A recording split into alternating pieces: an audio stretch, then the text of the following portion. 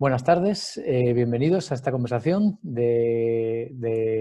organizada desde el Plan A, el futuro de la banca y las finanzas. En primer lugar me presento, soy Diego Isabel La Moneda, director del Foro NESI de Nueva Economía e Innovación Social, que junto con más de 60 organizaciones aliadas hemos lanzado este proyecto del Plan A, que ahora os voy a comentar. Pero primero quiero dar las gracias a quien está haciendo posible que estemos aquí, a todas esas organizaciones aliadas, al equipo de Foro NESI, que están trabajando muy duro para recopilar propuestas, organizar las webinars y que lleguemos a mucha gente con este Plan A. Y también a toda la gente voluntaria que nos está ayudando, a la gente de los NESI Local Hubs y a los expertos que ya nos están haciendo llegar muchas de sus propuestas. ¿En qué consiste esto del Plan A? Pues como ya sabéis muchos, surge de la necesidad de afrontar la crisis económica que tenemos delante nuestra, pero que posiblemente ya venía, ¿no? Hay quienes pensábamos que ya en el 2020 nos íbamos a enfrentar a un freno de la economía de una forma u otra, y el coronavirus lo que ha hecho es ser un catalizador, ¿no? Realmente ahora tenemos una situación que probablemente sea de las más complejas que hayamos vivido muchas de las personas que habitamos España e incluso muchas de las que habitan este planeta, a no ser que hayan sufrido o sufran guerras o otro tipo de conflictos de esa gravedad. Dada esta situación, tenemos que confiar en que todos los agentes contribuyan, desde la parte política, la empresarial, la sociedad civil, pero no podemos dejar de actuar desde esta última, ¿no? Desde la sociedad civil, desde las empresas, intentar hacer llegar nuestras propuestas a aquellos que tienen que tomar las decisiones en nuestro nombre, que son los políticos, los gobiernos, en este caso el Gobierno de España, las comunidades autónomas o municipios. Y por eso el Plan A consiste en 3 pasos. El primero ya lo dimos, que fue presentar la iniciativa y recopilar firmas. Ya más de 3.500 personas se han sumado y están colaborando, y casi 1.000 personas estáis participando en las distintas webinars a día de hoy.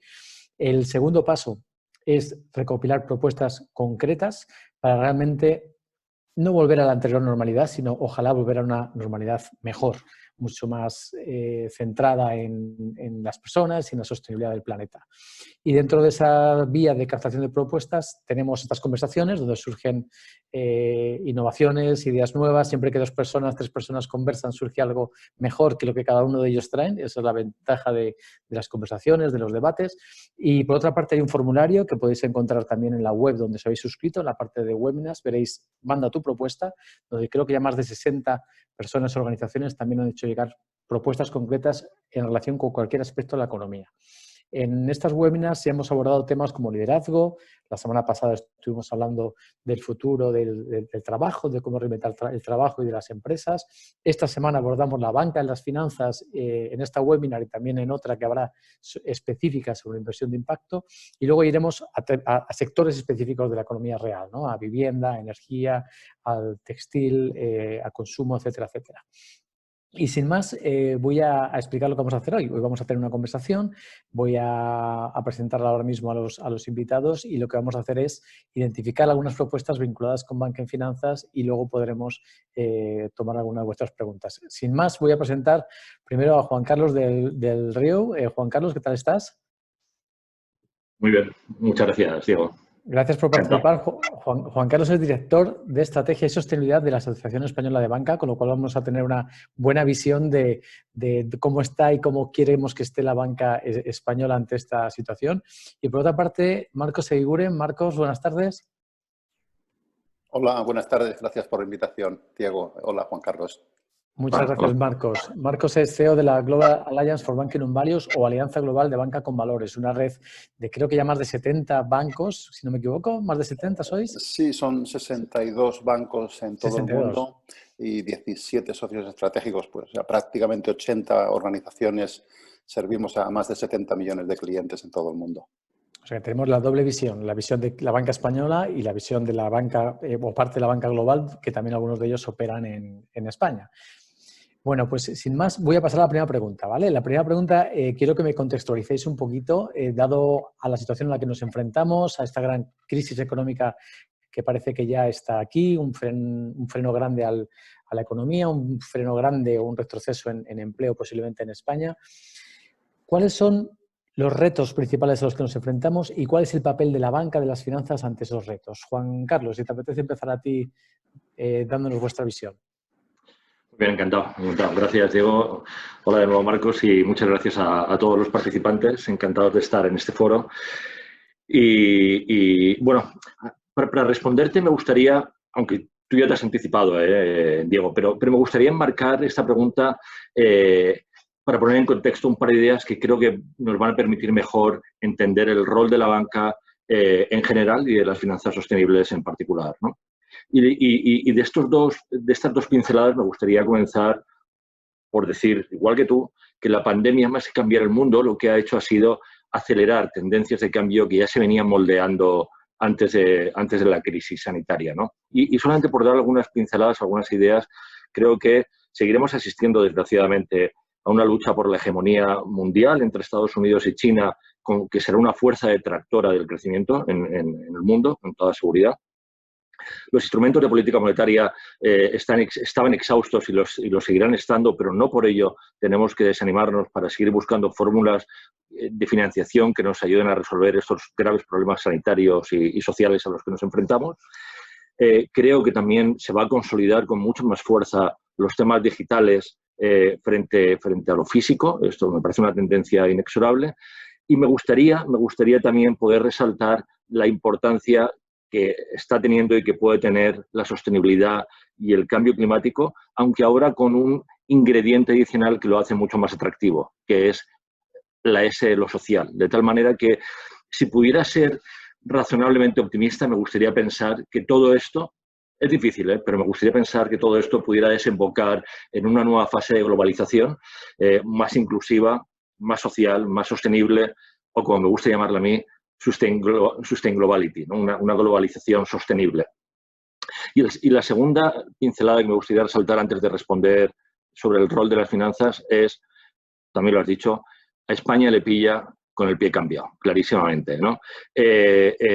Con un escasísimo margen de maniobra en política fiscal y también con un mercado laboral con tendencia a la precariedad, con muchos empleos temporales, salarios relativamente bajos y con un tejido productivo especialmente sensible y vulnerable a la crisis que nos ha afectado, ¿no? Por lo tanto, no hace falta ser un economista muy agudo para saber que esta crisis posiblemente sea a corto plazo intensa, pudiera ser razonablemente prolongada en función de las políticas que adoptemos como país y probablemente también sea desigual en espacio, en geografías, entre países, entre sectores. Y lo más lamentable es que posiblemente sea desigual entre generaciones, ¿no? Pues bueno, la enorme suerte que hemos tenido, a pesar de todas estas desgracias de las que creo que todos nos estamos lamentando, la gran suerte que hemos tenido en España es que en este momento contamos con un sistema financiero, una banca, de la forma más sólida posible, que nos permita afrontar muchas de las soluciones de la mejor manera posible. Tenemos una banca que en este momento tiene los ratios de solvencia más altos de su historia, tiene también unos elevados ratios de liquidez, una bajísima tasa de morosidad, con lo cual tiene margen para ser un poco más arriesgado en la concesión de créditos. Nos enfrentamos a la crisis con uno de los mejores ratios de eficiencia en Europa y con un enorme grado de avance en la transformación digital, y también nos caracterizamos en este momento por ser un sector sensible a todos los temas de sostenibilidad y cambio climático. Por lo tanto, creo que a pesar de que el entorno no es favorable, a corto plazo sin duda no lo es, y a mediano depende de cómo reaccionemos, la banca está aquí para ser parte de la solución, como ya tantas veces hemos oído. Y lo podemos verificar a través de tres ejes, ¿no? Queremos ser parte de la solución, como ya hemos hecho hasta ahora, apoyando las diversas fórmulas diseñadas por el Gobierno, también ofreciendo un amplio conjunto de iniciativas sectoriales de manera voluntaria que traten de reforzar las medidas públicas para llegar a aquellos colectivos a los que no llegamos con el diseño que ha planteado el Gobierno, o bien para ayudar a nuestros clientes. Y en tercer lugar, me gustaría resaltar que la tercera forma en que queremos contribuir en este contexto, más allá de apoyar a las medidas del Gobierno, más allá de ofrecer soluciones propias y voluntarias y sectoriales, es proponiendo ideas de salida de la crisis e impulsar una reconstrucción económica con el propósito de recuperar los niveles de bienestar previos a la pandemia. Y por acabar, aunque todo este tema lo estamos en este momento debatiendo en la EVE entre los bancos y en diferentes foros, quisiera dar tres apuntes que anticipa posiblemente el cierre de este seminario al final de esta hora. Una es, creo que el plan económico probablemente tenga que pasar por 3 niveles. El primero es seguir planteando medidas urgentes para limitar el impacto de la crisis en las familias más vulnerables y evitar el cierre de empresas. Y para ello me atrevería a decir que el Gobierno debería de agilizar de habilitar lo que resta hasta los 100.000 millones de euros en avales en líneas de crédito del ICO, y debería hacerlo cuanto antes. Posiblemente también tenga que valorar en algún momento la posibilidad de incrementarlo, y debería de ser consciente de que la banca no puede responder a todos los sectores o a todas las empresas como nos gustaría. Tenemos que mantener un grado de exigencia a los niveles de riesgo y de solvencia que desgraciadamente nos impide llegar a todo. Pero para eso creo que hay fórmulas que el Gobierno debería diseñar a través de transferencias directas. El segundo nivel son medidas de choque para la recuperación económica y la generación de empleo. Y aquí yo veo dos grandes ejes sobre los que casi con seguridad va a transitar la reconstrucción. En primer lugar, a pesar de que no soy un amante en absoluto de la política industrial planificada, que creo que siempre ha sido un error, es indudable que en este momento necesitamos considerar ayudar a aquellos sectores que tengan una enorme tracción sobre otras actividades económicas y que sean intensivos en generación de empleo. Y seguramente uno de estos sectores podrá ser la construcción o podría serlo el turismo. Y hay otros sectores que no necesariamente son tractores o fuerzas tractor de otras actividades, pero que sin embargo en este momento sabemos que responden a un enorme apetito por parte del inversor nacional e internacional, que son todos aquellos ligados a las energías renovables. Por lo tanto, ya de entrada, sin pensar mucho más en fórmulas de reconstrucción, se nos ocurren 2 sectores en donde la banca debería de estar fuertemente presente y ser partícipe de la solución. Y por acabar, el tercer nivel, mucho más estratégico, es el que, como también mencionabas al principio, es el que debería de girar en torno a un diseño de país más competitivo, más moderno, más digital, más inclusivo, en definitiva, más sostenible. Muchas gracias, Juan Carlos. Marcos, retos y el rol de la banca y las finanzas. Nos ha apuntado Juan Carlos algunos globales, como esa guerra comercial, como esa digitalización que ha acelerado el coronavirus que ha comentado al principio y al final de su intervención. ¿Qué nos aportas tú, Carlos, desde la Alianza? Y tu visión, Marcos, y tu visión particular. Bueno, no voy a entrar en un poco la descripción de contexto que ha hecho Juan Carlos, con la cual estoy básicamente de acuerdo. Es verdad que entramos en tiempos muy interesantes, ¿no? Desde el punto de vista geopolítico y geoeconómico. Pero sí me gustaría dar mi respuesta y centrarla en 3 bloques. Una, explicar algunas cosas que estamos haciendo en la Alianza hace ya un tiempo, pero en estos últimos 2-3 meses con mucho más énfasis para influir en la política europea, porque al final todos sabemos que el sector financiero y el sector bancario en particular, pues lógicamente está muy vinculado a las decisiones que se toman en el ámbito europeo. En segundo lugar, y lo digo por valorar la eficiencia de las decisiones que ha llevado a cabo el gobierno español en determinados ámbitos, y creo que algunas han sido correctas, pero de dudosa implementación, me gustaría hacer algún comentario sobre cómo se están llevando a cabo en algunos países, porque yo en mi día a día, antes físicamente viajando por todo el mundo y ahora remotamente a través de medios como el que nos acoge hoy, pues estoy hablando con los bancos de mi alianza y con otros muchos reguladores de diversos países europeos y de fuera de Europa, y tengo una cierta información de primera mano de cómo están yendo las ayudas en otros lugares, y me referiré a algunos de nuestro entorno en particular, ¿no? Y en tercer lugar, sí me gustaría hacer, ya bajando también al punto que tocaba Juan Carlos, alguna reflexión sobre efectivamente el papel de la banca, tanto en el choque inmediato en el que estamos ahora inmersos, como un poco más pensando a largo plazo. Desde el punto de vista del primer bloque, Nuestra alianza, que como decía, engloba pues, casi 80 organizaciones, entre ellas 62 bancos en todo el mundo, y da servicio a más de 70 millones de clientes, está abogando por un modelo de banca ética, sostenible y social en su totalidad. Nosotros hemos sido muy activos en los últimos 2 años en trabajar cerca del Parlamento Europeo, de las instituciones europeas, para que conocieran nuestra visión sobre temas que han sido pues, muy comentados, como la famosa taxonomía de la Ley de Finanzas Sostenibles a nivel europeo y otros puntos. La crisis del coronavirus lo que ha hecho ha sido que ha acelerado nuestro compromiso con ese cambio y estamos trabajando en estos momentos con otros grandes partners. Nosotros creemos que la banca, el sector financiero es tan importante que no lo podemos dejar solo en manos de los banqueros, sino que tenemos que los banqueros, junto con otras instituciones de la sociedad civil, instituciones, grandes ONGs, grupos de opinión, otras asociaciones sectoriales, creemos que es importante que coordinemos nuestros esfuerzos para promover nuevas ideas, llevarlas a Bruselas y que de ahí puedan en el futuro emanar normativas que apunten y que intenten crear una banca verdaderamente más social, verdaderamente más equilibrada, verdaderamente más centrada en financiar la economía real, las pymes, etcétera, y menos en hacer pues, banca al por mayor, banca mayorista, que digamos en esta situación, pues hombre, ayuda menos, diría yo. Por lo tanto, ahí estamos trabajando con amplitud y con intensidad y bueno, en los próximos meses espero que podamos tener algunos resultados o por lo menos atraer la atención de los políticos a nivel europeo y en algunos países para hacer ver nuestro postulado sobre la banca.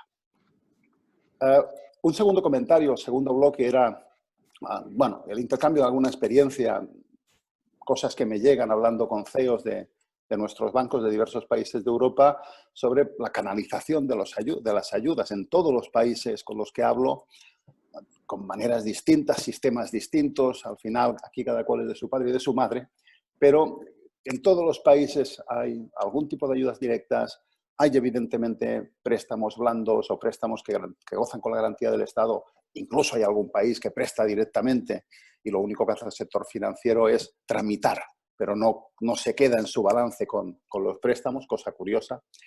Pero sí me está llegando mucha información sobre cuál es la rapidez, la agilidad y, digamos, la cantidad de tramitación burocrática que requieren ayudas de todo tipo en muchos países. Todo lo que me está llegando de países como Suiza, Holanda, Alemania, Suecia, Estados Unidos, en fin, y otra larga lista de países de nuestro entorno, me lleva a pensar que creo que en el caso español hay un exceso de tramitación burocrática y hay ciertas dificultades, o por lo menos no mucha agilidad, pero Juan Carlos seguramente lo conocerá mejor que yo porque la banca española pues, está tramitando las ayudas ICO. Si yo comparo lo que está ocurriendo con otros países, y no voy a mencionar el país, pero el CEO de un banco de uno de los países europeos hace escasamente un mes y medio me decía, pues hombre, a pesar de la dificultad de la situación, hay que reconocer, me decía, que nuestro gobierno ha actuado con celeridad y con enorme eficiencia. Y me decía, lanzaron un decreto que permitía pues, dar préstamos con garantía estatal hasta un 80%, muy parecido a lo de aquí. A las 24 horas estaba la normativa que los bancos necesitaban aplicar. A las 72 horas había el formulario que era sencillísimo, sencillísimo. Y a las 96 horas prácticamente el 80% de empresas que lo habían pedido lo tenían en sus cuentas. Me temo que aquí no funciona exactamente igual y, hombre, de verdad creo que no solamente se trata de lanzar ayudas, sino se trata de hacerlas de una manera eficiente, con la menor burocracia posible, con la mayor agilidad posible, porque, como decía muy bien Juan Carlos, sí, estoy totalmente de acuerdo, hay que salvar a las empresas, a la mayor parte que se pueda, y también hay que hacer que bueno, la gente, los individuos gocen de una liquidez suficiente. Si las ayudas no van rápido, eso no es posible. Entonces, ahí yo creo que por parte del gobierno español, bueno, una reflexión no sobre las ayudas, sino sobre la eficiencia con la que esas ayudas se lanzan es a menester sin duda. En tercer lugar, y acabo, porque sería el tema central, y es sobre el papel de la banca. Por descontado, también estoy de acuerdo con Juan Carlos, como no puede ser de otra manera. La banca fue parte del problema en la crisis que vivimos todos en los años 2008-2010. Evidentemente hay diferencias en función de qué actores, pero sí fue una parte del problema. Yo creo que hay un reconocimiento incluso académico de que eso fue así. Y ahora nos encontramos en una situación muy diferente, con una banca en España. Ahora ya sí hablo de España, muchísimo más sólida que hace 12 años, con muchos mejores ratios de solvencia, liquideces adecuadas, una mejor morosidad. Eso, desde luego, es positivo. Sin embargo, pensando más en el medio y largo plazo, y a pesar de que, claro, la banca sola a veces no puede hacer todo, necesita que le acompañe una regulación adecuada que permita, como ya está empezando a ocurrir, pues cierta flexibilidad de los criterios de provisionamiento y otras cosas, pero yo creo que ese papel importante de la banca, como un acompañante necesario y poderoso para salir de esta crisis, también requiere que la banca reflexione sobre el tipo de cultura que aplica. Yo creo que la banca en general y la banca española en particular, a pesar de la mejora que ha tenido, que es desde luego loable, creo que debe pensar en que en esta crisis, que es muy desconocida, porque es una crisis de choque de demanda y de colapso de la oferta a la vez, que podría ser corta, pero está por ver, la banca tiene que fijar sus prioridades tal vez de otra manera. Si yo tomo a tres ejes, depositantes, accionistas y sociedad, probablemente la banca tendría que priorizar su acción poniendo primero a los depositantes, porque al final la verdadera financiación de la actividad de la banca retail es a través de los depositantes. En segundo lugar, a la sociedad, y tal vez durante un tiempo, no puede ser, desde luego, a medio plazo, pero durante un tiempo seguramente los accionistas pues tendrían que estar en el tercer lugar de prioridades, porque solo juntos saldremos de esta y tenemos que priorizar la seguridad de los depositantes, y ahí entiendo que tenemos que ser cuidadosos con el riesgo, pero hacerlo de manera equilibrada para afrontar algunos temas con un poco más de valentía, aportando fondos suficientes para mantener aquellas empresas que puedan ser salvables, intentando al máximo posible hacerlo. Evidentemente, durante tal vez 2 años haya que renunciar a ciertos niveles de rentabilidad, etcétera. Pero bueno, eso me parece que va a ser obvio, no puede ser de otra manera. Bueno, por ir ahora aterrizando temas concretos, porque habéis abierto un montón de aspectos dentro de lo que es el rol de la banca. A mí me gusta siempre decir esa metáfora, ¿no? De si la economía fuera un cuerpo humano, la banca juega el rol de la sangre, ¿no? Tiene que llegar el dinero, movilizar el dinero a muchos lugares para que todos los órganos funcionen de forma adecuada. Y aquí os hago como 2 preguntas en una. Por una parte, que alguien ya ha hecho la pregunta de qué es eso de banca sostenible. Aterrizando en España, tenemos un ecosistema bancario diverso y sostenible, una sangre que fluya de forma diversa, que pues sea capaz de llegar a muchos diferentes lugares desde las distintas entidades bancarias y financieras. Y a su vez, y al hilo de algo que habéis apuntado los dos, Juan Carlos nombraba en esas políticas de choque, priorizar a quién queremos que llegue la sangre, ¿no? ¿A qué órganos son los que urgentemente en esta situación de crisis, de colapso, queremos que llegue? Y le nombraba como quizá, ¿no? Sectores tractores como la construcción, el turismo, las energías renovables. Esa es la pregunta. ¿Tenemos un sistema bancario, financiero saludable, sostenible? ¿Qué es eso de sostenible? ¿Y es capaz de hacer llegar el dinero donde realmente hace un impacto positivo mayor? El que quiera de los dos. Podéis abrir micrófonos y alternar. Juan Carlos. Sorry, es que no encontraba el... O Marcos, sí. Bueno, no, lo digo porque sí, me parece que también me has dicho que responda a lo que se considera banca sostenible como parte de... ¿o? Lo han preguntado, igual es bueno que lo matices brevemente para que la gente lo sepa. Lo puedo matizar brevemente y respondo a tu pregunta, que básicamente está sobre la consideración, sobre la diversidad o no del sistema financiero, más o menos, ¿no? Entiendo que la pregunta va por ahí. Bueno, nosotros, por ejemplo, en la alianza que dirijo, la Alianza Global para una Banca con Valores, nosotros definimos lo que es un banco con valores en base a 6 principios, que por lo tanto definirían, según nuestro criterio, evidentemente, qué es un banco, llámale sostenible. El primer principio es que la banca debe dedicarse exclusivamente a financiar la economía real y por lo tanto que la totalidad del balance de la banca debería estar financiando pues, pymes, empresas, iniciativas de todo tipo, el consumo, etcétera, etcétera, hipotecas. Y no debería haber, o muy mínima, debería ser la parte del balance que se dedica a economía financiera, economía, digamos, en productos derivados, inversiones directas en compañías, etcétera, porque entendemos que no es el papel general de la banca retail. El segundo principio es, nosotros le llamamos el triple bottom line approach, que en el fondo quiere decir que no basta solo con financiar la economía real, sino que debemos tener un cierto sesgo dentro de financiar pymes, empresas, comercios. Hombre, vamos a intentar priorizar y potenciar más aquellos que son disruptivos, que pretenden modificar el sistema en el que vivimos, que pretenden pues, producir productos con criterios sostenibles, por ejemplo, pagar salarios justos, que tienen consejos de administración pues, más paritarios, una serie de etcéteras, ¿no? Intentamos especialmente dedicar el dinero a financiar este tipo de empresas que van algo más avanzadas. No porque sean más importantes en términos de creación de empleo que otras, absolutamente no, sino porque creemos que es bueno porque traccionan de toda la sociedad empresarial. El tercer principio es el que llamamos transparencia radical. La banca trabaja con el dinero de los depositantes, básicamente, y por tanto es importante que los depositantes sepan dónde se invierte su dinero. Más allá de lo que los reguladores nos obligan a hacer, es importante que hagamos un esfuerzo como banqueros para explicar a nuestros clientes dónde va pues, cada euro que estamos recogiendo de nuestros depositantes.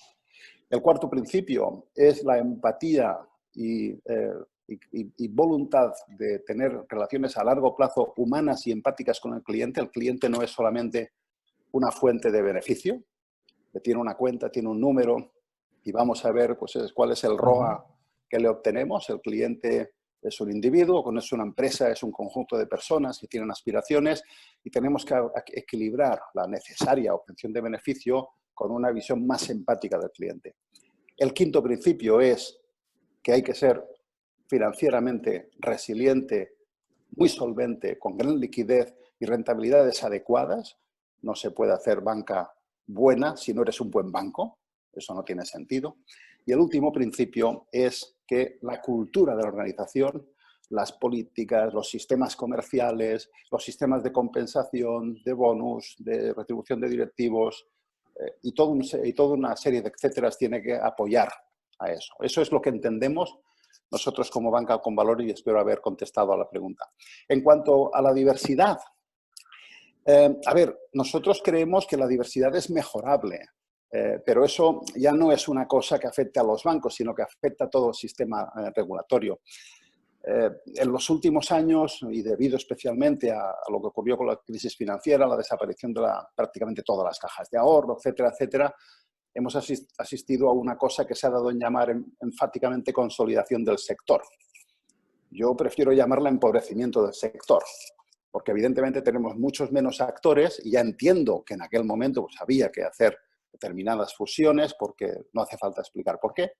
Pero claro, cuando hacemos tantas fusiones y llegamos a un sistema enormemente concentrado, hay una gran concentración en el sistema bancario español y todas las noticias que me llegan apuntan a que puede ir a más. Yo la pregunta que le haría a los gobernantes es, oiga, ¿y de aquí 10 años qué? Porque claro, un sistema es excesivamente concentrado, equivale a un sistema pues, con menor transparencia, con posiblemente más cartelización en precios y al final, a la postre, lo acabará pagando el consumidor. Nos estamos quejando de que las grandes tecnológicas, Facebook, Google, etcétera, etcétera, concentran demasiado poder. Es cierto, habría seguramente que trocearlas, pero yo creo que la banca, una banca diversa, una banca con algunos actores grandes, evidentemente sí, pero otros actores sectoriales, especializados, no sé si tal vez industriales, como Juan Carlos, ¿te acuerdas en el pasado que teníamos bancos industriales en los 80?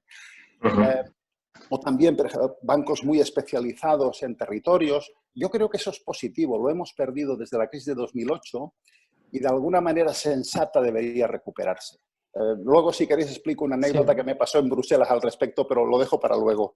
Juan Carlos, aquí por una parte Marco al explicar lo que es un banca sostenible, banca con valores, creo que nos ha dado bastantes pinceladas. De hecho, has matizado, Marcos, una cosa interesante. Antes Juan Carlos hablaba de sectores, es una forma de acotar dónde queremos ganar dinero. Tú ahora también has hablado de dentro de cada sector aquellos que realmente están más alineados con esa sostenibilidad medioambiental, social, etcétera.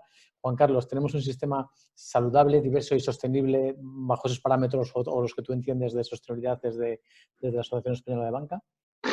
Pues, yo creo que sí, ¿eh? Yo creo que España es uno de los países, desde el punto de vista bancario, más ricos que, por lo menos de todos los que conozco en términos de diversidad. Pero antes de explicar por qué, y aquí sí discrepo un pelín con Marcos, ¿no? Pero antes de explicar por qué, me gustaría dar mi visión de qué son las finanzas sostenibles, porque la verdad es que esta que parece una pregunta obvia y que Marcos la ha respondido quizá con demasiada información, ¿no? Pero esa pregunta me la hacía yo cuando no hace mucho tiempo me llegué a ser responsable de esto en la Asociación Española de Banca y cuando mis amigos me preguntaban qué es lo que hacía, me era imposible responderlo, ¿no? Hasta que descubrí que en realidad es bastante más sencillo.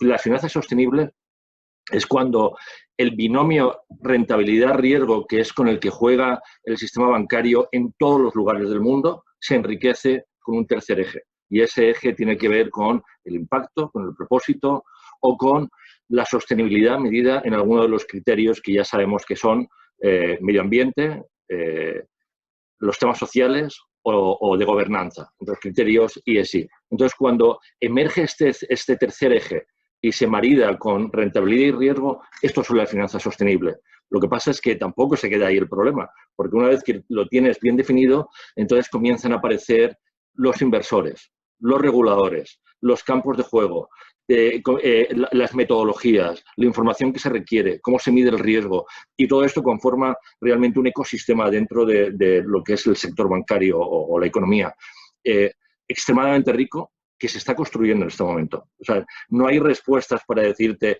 las finanzas sostenibles es esto, que más o menos yo lo tengo claro, y lo medimos de esta otra manera. Aquí ya comenzamos a fallar. O vamos a poner estos productos, los estamos elaborando, pero nos quedan muchos por desarrollar. O los reguladores están pendientes de ciertas cosas, pero todavía está en construcción. Por lo tanto, yo creo que es un animal vivo que se está definiendo por momentos, pero yo me quedaría con esa definición que es el binomio clásico rentabilidad-riesgo se enriquece con el de impacto o propósito. Y sobre la diversidad, yo creo que en España contamos, a pesar de que la crisis se llevó por delante a las cajas de ahorros, yo creo que seguimos contando con un sistema financiero bancario relativamente rico, ¿no? Porque los clientes pueden atender grandes bancos multinacionales, entidades regionales, entidades de nicho, cooperativas y recientemente hasta fintechs. De tal manera que si todo esto no hubiera tenido cabida en el sistema financiero bancario español, el regulador europeo se hubiera encargado, como ya ha hecho, de forzarlo. De tal manera que esto genera una riqueza. La pregunta, la inquietud de Marcos, con la que sí comparto es, pero bueno, ¿esta variedad de actores y de jugadores es suficiente para tener una suficiente diversidad? Pues depende de los productos, de lo competitivo que se sea, depende de la estrategia de cada uno de estos jugadores en el mercado financiero.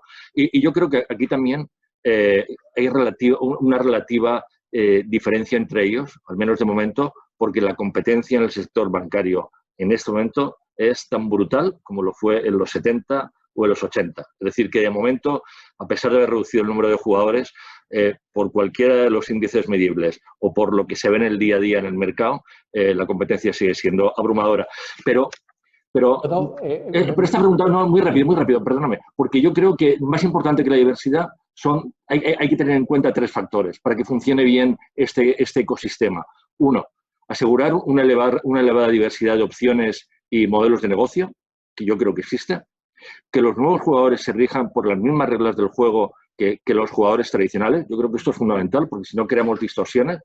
Y tercero, que los consumidores estén lo suficientemente informados y capacitados para tomar las mejores decisiones. No puedes dejar que las decisiones las tome un tercero y, por lo tanto, la educación financiera, la educación de los clientes es tan importante como tener diversidad o tener unas reglas del juego equivalentes. Voy a este último punto porque hay varias preguntas sobre eso, ¿no? Sobre cómo los consumidores pueden saber qué banco responde a todos estos criterios que estáis nombrando de sostenibilidad. Ir pensando en esa respuesta, pero primero quiero hacer una respuesta así casi de juego con los dos, ¿no? Ahora mismo creo que tenemos como, no sé si llegamos a 30 entidades bancarias tradicionales, digamos, no hablo de los nuevos jugadores. Pensad un número, la respuesta es un número. Dentro de 10 años, ¿cuántos crees que habrá en España? La respuesta es a la de 3. 1, 2 y 3. ¿Cuántos? Marcos y Juan Carlos. En Europa 5 o 6. 5 o 6 en Europa. ¿Y Marcos? ¿O en España? Estás en silencio, Marcos. Estás silenciado. En España entre 15 o 16 si cuentas algunos pequeños actores locales que todavía pueden existir. Perdón, yo me refería a grandes bancos, ¿no? No. Si hablas de grandes bancos, estoy de acuerdo que es algo que lo impidamos y yo sería partidario de intentar impedirlo, de verdad. Tendremos, pues sí, 5 o 6 grandes en España y en España el número de entidades, porque yo creo que hay, no estoy equivocado, alrededor de 25 en Europa, siguiendo a Juan Carlos, si tenemos 5 o 6 grandes actores europeos, pues eso en España se traducirá a que un par o 3 de ellos operarán aquí, más unos poquitos pequeños más que queden. Yo insisto, yo creo que es un peligro. Ya sé que hay otros actores, fintech, pero la concentración, si yo lo mido por términos de volumen de depósitos o nivel de activos en manos de las entidades que están en los 5 primeros puestos hoy, bueno, el ratio es abrumador y todo apunta a que puede ir a más. Pueden seguir habiendo algunos pequeños actores, pero yo no sé, yo ahí discrepo con Juan Carlos, yo creo que es peligroso, yo creo que debería haber una diversidad un poco mayor. Y estoy de acuerdo, Juan Carlos, en una cosa contigo, que la unidad normativa es fundamental. Lo que aplica a la banca tiene que aplicar a cualquier otro que haga cosas parecidas a la banca. A los nuevos agentes que van a entrar, ¿no? Totalmente de acuerdo. Si no, no vale. No estamos jugando con las mismas reglas. Estamos de acuerdo. Dejadme que os interrumpa, porque además creo que los dos sois economistas, si no me equivoco. Yo no lo soy. Yo vengo de la parte de la ecología, soy ingeniero de montes, fíjate, pero de diversidad sí que sé, porque mi profesora de economía es la naturaleza, que es la más diversa y la más sabia. Estamos de acuerdo en que la diversidad es importante. No vamos a decir la cifra, pero estamos de acuerdo que hay que mantener una diversidad en cuanto también a riqueza, ¿no? De bancos más allá del número. ¿O en eso estamos de acuerdo? ¿Y que no sería bueno tener solo 3 entidades en España y no sé, y 20 en Europa potentes? ¿Que habría que tener más? ¿O en eso tampoco estamos de acuerdo? No sé, ¿sí? Sí. Yo creo que la diversidad, para que un consumidor pueda elegir diferentes opciones, yo creo que esto es necesario. Absolutamente. Para el mercado en sí, oferta-demanda, simplemente, ¿no? Pero lo estamos viendo, es decir, ¿no? O sea, insisto, de verdad, yo creo que en España tenemos el sistema bancario español es extremadamente competitivo. Pero a pesar de eso, cuando han entrado las fintechs, estos han introducido un elemento de competitividad adicional que ha redundado en beneficio de los consumidores y sabemos que pequeñas ideas que salieron de las fintechs ahora mismo son adoptadas como propuestas de valor por los grandes bancos. Es decir, y esto es en beneficio de todo el mundo. Y esto hay que aplaudirlo. Por lo tanto, que eso hay que mantenerlo. Yo solamente un matiz respecto al número. Mi comparación era con Estados Unidos. Si Europa es equivalente a Estados Unidos, en Estados Unidos tiene 4 o 5 grandes jugadores globales y después en el resto del país, en el resto de Estados Unidos, hay enormes jugadores de diferente tamaño, de diferente nicho, muy ágiles, que están muy cerca del mercado. Eso también lo veo en Europa y en España. Volvemos a la pregunta que os hacía y que mucha gente ha hecho, o el tema, ¿no? Es cómo desde la ciudadanía o la empresa, los clientes de la banca, podemos elegir esa banca que habéis definido entre los dos como sostenible, como alineada con mis valores como ciudadano o cliente o empresa. ¿Cómo puedo elegir? Informes, transparencia. ¿Qué se podría hacer? Vamos ya en términos de propuestas concretas para que podamos decir dentro de ese diseño país que decía antes Juan Carlos, me ha gustado, que se diga en España los clientes saben elegir y pueden elegir en función a entidades que están alineadas con sus valores, que posiblemente son sociales, medioambientales. ¿Qué se podría hacer o mejorar? Pues si me permites, Marcos, yo creo que tenemos la suerte, también en España de comenzar a tener un enorme accountability, una enorme claridad sobre cómo medir la credibilidad de una entidad bancaria en estos temas, ¿no? Porque muchos de nuestros bancos el año pasado firmaron los principios de banca responsable, que de alguna manera coincide con los 6 principios que he mencionado Marcos hace un rato, ¿no? No voy a repetirlos, hay pequeñas variaciones, pero son muy similares. Y estos principios de banca responsable se comprometen a exponer con qué objetivos se quiere llegar al año 2030 en términos medioambientales y sociales y de gobernanza, ajustarse a los objetivos de desarrollo sostenible, hacerlos públicos y en el caso de que no se cumpla, tanto las Naciones Unidas como los propios clientes podrán tomar la decisión de dejar ese banco para irse a otro. De tal manera que eso impone un grado de transparencia que no lo habíamos visto nunca antes en la banca, ni española, ni europea, ni en ningún lado, ¿no?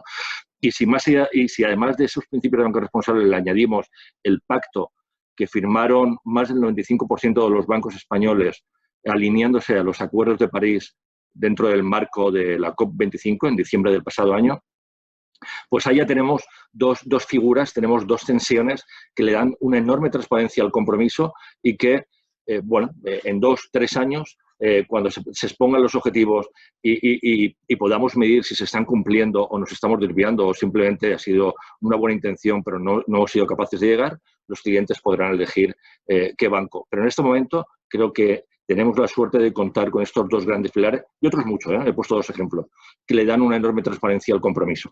Quizá el rumbo está en eso que Juan Carlos apunta, ¿no? Se ha marcado un rumbo, hay unos compromisos. Marcos, pero de nuevo, desde el punto de vista, si yo mañana quiero decidir con quién hago mi hipoteca o con quién opero, quizá igual se me queda un poco grande, ¿no? Todo ese tipo de compromisos. Además están todos ahí, pero ¿cómo puedo ver realmente a esos bancos que están dentro de esa sostenibilidad, son los champions, digamos, ¿no? De esa sostenibilidad? Sí, a ver, conozco, Juan Carlos, evidentemente ambos casos. En el caso del Pacto por la Agenda 2030, alguno de nuestros bancos también estuvo implicado en ella. Yo creo que es un buen paso, sin duda es un buen paso, y conozco también muy bien los principios de la banca responsable que sponsorizó de alguna manera UNEP-FI, la Organización de Naciones Unidas sobre el Medio Ambiente, porque además nuestra organización fue parte del comité asesor. Luego no lo apoyamos totalmente porque entendíamos que aunque es un paso positivo, le faltaba contundencia en el corto plazo a los principios. Lo vemos como un paso positivo, por lo tanto felicitamos esa idea y nos ha satisfecho que una parte interesante de la banca europea, en particular mucho menos en Estados Unidos y menos en otros países, se ha sumado. Y tienes razón, la aplicación de esos principios que todavía está un poco en cocina, cómo puede hacerse en cuanto a medidas, scorecards, etcétera, puede dar en los próximos años una visión de qué bancos se están verdaderamente, ¿no? Alineando con esas políticas y cuáles, a pesar de haber signado, se están creando atrás. Lo que pasa es que de momento todavía es difícil verlo. Yo creo que necesitamos, y ahí estamos de acuerdo, un poquito de horizonte, ¿no? 3-4 años. Nuestros bancos, desde ese punto de vista, son bancos que ya la mayoría nacieron con el propósito medioambiental y social de nacimiento, o se convirtieron hace 15-20 años. Nosotros tenemos un scorecard que aplicamos a nuestros bancos anualmente para asegurarnos que tienen un score por encima de determinado nivel, y a partir del año que viene se van a publicar todas esas cifras en abierto. La mayoría de nuestros bancos publican ya en sus webs prácticamente las listas de todos los proyectos en que están invirtiendo. Pero estoy de acuerdo contigo en que hay un avance claro, se está viendo un avance claro en la banca nacional, pero bueno, necesitamos todavía 3-4 años para que se vea con más fortaleza. ¿Y cuál es el rol de otro tema que ha abierto antes Juan Carlos, la educación financiera? Porque es importante también que desde la banca de alguna forma, no sé, igual no, ¿qué opinas? ¿Tiene la banca de alguna forma que promover la educación financiera, o también tenemos la obligación, la ciudadanía, las empresas, de educarnos y de saber lo que es un crédito razonable o no, ese tipo de cosas? Yo creo que coincidiremos segurísimo, porque el papel, tú decías, Diego, que la banca es el corazón de la economía, se sitúa en el centro y bombea los excedentes de liquidez que pueden tener los ahorradores, etcétera, para que de una manera, digamos, con un riesgo muy bajo, nulo, pues pueda ir a financiar actividades de la economía de gente que tiene proyectos, empresas, etcétera, etcétera. Y por tanto, claro, desde ese punto de vista, la banca tiene un papel hacia el que pide prestado, intentando pues financiar la economía real, creando puestos de trabajo, intentar financiar una economía que vaya mejorando la sostenibilidad en un sentido amplio, pero también tiene un deber hacia el depositante. En este país nos gustará más o nos gustará menos, pero la información, la educación financiera de la población es muy escasa. Eso es lo que yo detecto normalmente, ¿no? La gente, cada vez que tiene que lidiar con un banco en cualquier cosa, pues hombre, tiene alguna dificultad, cada vez menos, pero todavía es así. Y yo diría que la banca también tiene un papel ante los depositantes en promover, en facilitar la comprensión de qué es una transacción financiera, cómo funciona, qué compromisos hay, yo creo que es fundamental. Pero diría más todavía, yo creo que la banca tiene un papel ético en fomentar un uso consciente del dinero. O sea, no solamente en que la gente sepa, oiga, pues qué es un préstamo, una hipoteca, cómo funciona, a qué me estoy comprometiendo, que eso está muy bien por descontado, sino también a tener una interpretación de cuál es el papel del dinero en la sociedad como elemento de consumo, como elemento de ahorro o como elemento de donación. Y la banca puede hacer más, puede hacer más. Ya se están haciendo algunas cosas, pero creo que puede y debemos hacer más. Y digo debemos, lo digo en primera persona del plural, para que no haya ningún tipo de malentendido. Creo que podemos hacer más. Juan Carlos. No, yo también creo que desde la banca estamos haciendo muchas cosas en términos de educación financiera. Aunque estoy leyendo que hay muchos oyentes escépticos de las cosas que estamos diciendo, y me parece muy bien porque tenemos que demostrar las cosas, pero lo mismo va a ocurrir en la educación financiera. Yo creo que el nivel de educación financiera en España es bajo, se mida por donde se mida, lo dice el Banco de España, lo dice la OCDE, lo dice el BBVA Research, en donde dice que el 56% de las familias españolas, de los hogares, están en condiciones de vulnerabilidad financiera. Y todo esto solamente se complica más con una crisis como la actual, llena de incertidumbre y de complejidad, ¿no? Porque las familias españolas tienen muy pocos ahorros y seguramente en una situación como esta tan compleja, eso les provoca un grado de tensión y de incertidumbre y de ansiedad que no es bueno. Y que con educación financiera, no quiero decir que esto se pueda corregir, pero ayuda o podría mitigar. De la misma manera que para aquellas personas que si tengan la fortuna de tener una cierta capacidad de ahorro, saber cómo planificarlo genera también en un entorno como este muchísima complejidad y muchísima ansiedad. Por lo tanto, se tenga o no se tenga ahorro, la educación financiera es fundamental. Los bancos están comprometidos a ellos desde hace muchos años. Todos los bancos españoles, todos, absolutamente todos, tienen programas de educación financiera sólidos. Cada año se llega aproximadamente a cerca de 1 millón de chicos jóvenes, de estudiantes, en donde se les da un mínimo conjunto de información y de conocimientos.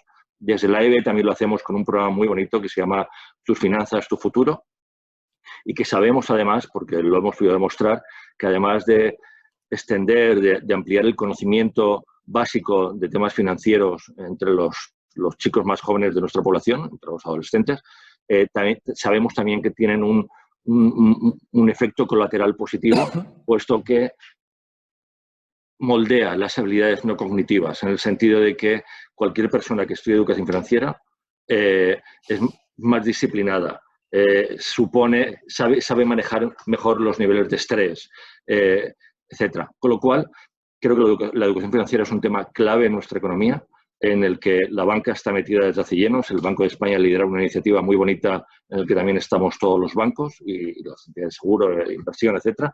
Pero creo que, a pesar de todo, no es suficiente. Creo que tanto desde el Gobierno como desde las entidades tenemos que seguir reforzando este empeño por mejorar la educación de nuestra población. Voy a pasar a una de las últimas preguntas que no sé si habéis estado en alguna de las otras conversaciones que he tenido, pues son de las que más gustan. Tengo un poder que me otorga este tipo de webinars, que en los últimos minutos tengo el poder de hacer a los ponentes que pasen a ser el Gobierno de España, ¿vale? Pues sois ministros o presidente, pues sois Marcos Eguiguren y Juan Carlos del Río. En estos últimos minutos tenéis ese poder. Marcos se ha asustado de entrada, es un poder difícil.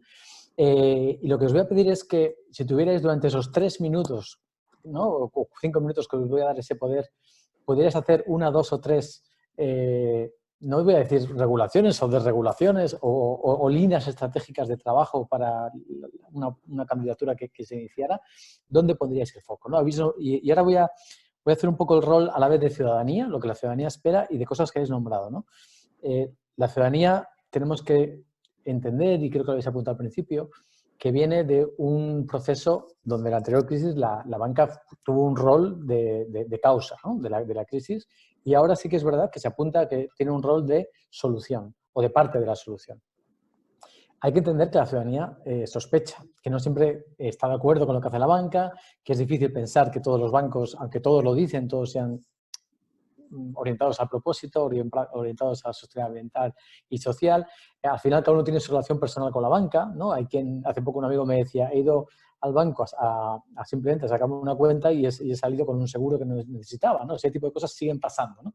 Entonces, sabiendo que la ciudadanía un poco, lo digo porque vais a ser los gobernantes durante unos momentos, vais a ser los representantes de la ciudadanía, viene con esas sospechas, pero a la vez habéis dicho que hay transformaciones que ya están aquí, que ya están en marcha, no es que no se han iniciado, están en marcha, como una mayor transparencia que se ha logrado y quedará por hacer seguro, la educación financiera, el orientar ese dinero, esa sangre, ese medio de la economía, orientarlo a esos sectores o dentro de cada sector, a esas empresas que realmente demuestran que un sector puede ser distinto, puede ser más sostenible, más orientado a las personas, esa digitalización, que seguro que sí o sí hay que pasar por ella simplemente por ley de mercado, porque si no otros vendrán que ya están en el mundo digital y suplantarán a la banca. Dentro de esas líneas estratégicas, ¿qué haríais para que España sea ejemplo de banca y finanzas sostenibles, con esa gran definición que habéis hecho ambos? Si tenéis esos desde ya 3-4 minutos entre los dos de poder concedido. Paraliza el poder, ¿eh? Os habéis quedado. Podéis debatir si queréis. Yo arranco si quieres, o Marcos, lo que tú quieras. No, arranca tú y yo te sigo. Bueno, fenomenal. A ver qué somos capaces de construir. Mira, sé que nos lo has pedido para finanzas sostenibles, pero como nos has dado este privilegio, lo voy a extender. Porque si desde luego yo pudiera estar en el gobierno, haría como mínimo 3 cosas generales, como mínimo, ¿eh? Y después un par de cosas ligadas con las finanzas sostenibles. La primera es un plan creíble y confiable de ajuste de la deuda, para que se lo podamos vender a Europa y que pueda confiar en nosotros. De tal manera que toda la ayuda financiera que vamos a requerir durante los próximos años pudiera venir sin restricciones y sin condiciones, simplemente porque somos un país confiable. Y esto se hace haciendo un plan creíble y confiable de reducción de deuda. Y esto no tiene ningún coste. Esto simplemente es proponértelo y hacerlo. Trataría de generar un plan de crecimiento. Creo que esto no se trata de mayores ingresos ni de reducción de gastos, sino de cómo crecer más. Y aquí hay muchas fórmulas. No las voy a enumerar ahora, pero sería un plan por el crecimiento y por la empleabilidad. Creo que si España necesita de algo... ¿Crecimiento de los bancos? No, crecimiento económico, perdón. Un plan de crecimiento económico para el país y de empleabilidad, porque creo que tenemos que superar de una vez por todas este gap que tenemos tan brutal en desempleo y en escasas oportunidades de empleo en el país. Y la tercera cosa que haría, sin ninguna duda, sería pasar por mejorar los niveles de educación. Así a grandes trazos. Y respecto a las finanzas sostenibles, creo que hacer una labor de acompañamiento, que en cierta medida ya se ha comenzado a dar, porque en este momento la simbiosis que hay entre las entidades financieras, el Banco de España, Comisión Nacional del Mercado de Valores y el Ministerio de Transición Energética es cada vez más fuerte. Pero aún así, pediría que cada uno hiciera las cosas que le toca. Y si bien la banca está dispuesta a liderar la transformación de la economía y atender las necesidades de sus clientes, de los inversores y de los reguladores cada vez más exigentes, todo esto requiere de un marco regulatorio estable, confiable, predecible. Entonces, que ya se está dando, porque se está dando a través del proyecto de ley de cambio climático y transición energética y se está dando a través del Plan Nacional del PNIEC. Por tanto, con esto me quedaría. Y una cosa más, disponer de mejor información. Esto es clave. Si no tenemos mejor información, va a ser imposible avanzar a la velocidad que todos quisiéramos para poder valorar los riesgos y capturar las oportunidades. Marcos, desde tu punto de vista, ¿cómo lo ves? Bueno, hay algunos de los comentarios que ha hecho Juan Carlos que los comparto a nivel más macroeconómico de elementos de política económica nacional, como el tema de la deuda, etcétera. Entonces, no voy a entrar ahí, me voy a centrar más en qué podría hacer un gobierno para mejorar el propio sistema bancario. del país. Solamente en eso. Y lógicamente siempre desde la base de que cuando hablo de un gobierno, pues probablemente me refiero al gobierno de la nación, pero probablemente desde luego en coordinación con la política europea, porque si no es verdaderamente muy difícil, ¿eh? En primer lugar, yo lo que pondría es el eje de las acciones deben estar en un único objetivo, que es mejorar el prestigio social del sector bancario. Es cierto, estoy leyendo algunas cosas del chat que comparto. Todos sabemos que a pesar de las declaraciones y de los principios que firman nuestros grandes bancos, cuando vas a abrir una cuenta, sales con una cuenta, 7 seguros y una póliza de seguro para el gato o para tu abuela, ¿eh? Porque se considera al cliente como una unidad de beneficio. Y claro, esas cosas deben tener siempre ciertas limitaciones. El prestigio social del sector es fundamental. Es fundamental. Está mejorando un poquito. Hay algunas cosas que indican que podría mejor, pero no es suficiente. ¿Cuáles son las medidas que podrían verdaderamente incrementar este prestigio social? En primer lugar, medidas que tengan que ver con algo de lo que hemos hablado, que es diversidad, medidas que permitan que pueda haber nuevos actores en el mercado, aunque sean especializados o regionales, etcétera, que de alguna manera controlada podamos volver a un sistema algo más rico que el que tenemos ahora mismo.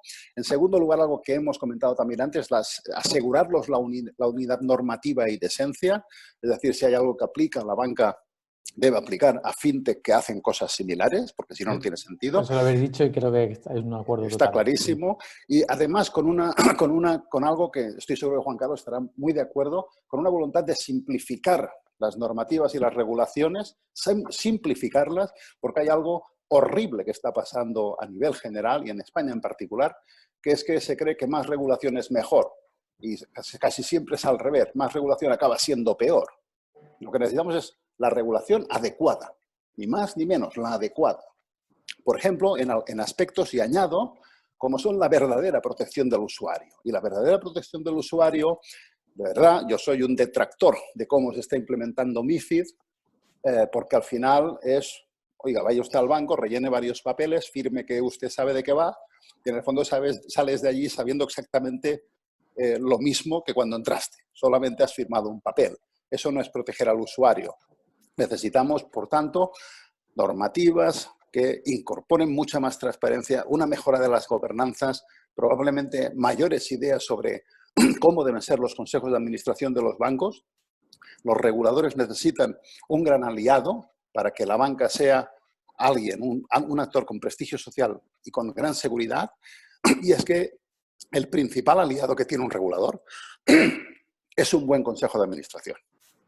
Es un buen consejo de administración. Muy centrado en lo social, con una idea clara del verdadero propósito del banco, no diciendo que tengo propósito, sino verdaderamente gestionando que sí tengo un propósito, y plantear de manera adecuada ese equilibrio entre la protección del depositante, el servicio a la sociedad y, lógicamente, también el retorno al accionista. Yo creo que se puede hacer con una normativa inteligente, basada en la transparencia también, algo mucho mejor de lo que tenemos, pero tiene que ser más simple, porque si lo que tenemos que tener es otra nueva ley, otro nuevo programa que añada no sé cuántas cosas más, mira, no vale. Y habéis hablado al principio de la burocracia, entiendo que hablamos de la burocracia. Más burocracia. Entonces, yo creo que se pueden hacer cosas, pero hay que ser muy imaginativo y nuestros gobernantes deben limpiar el disco duro un poquito.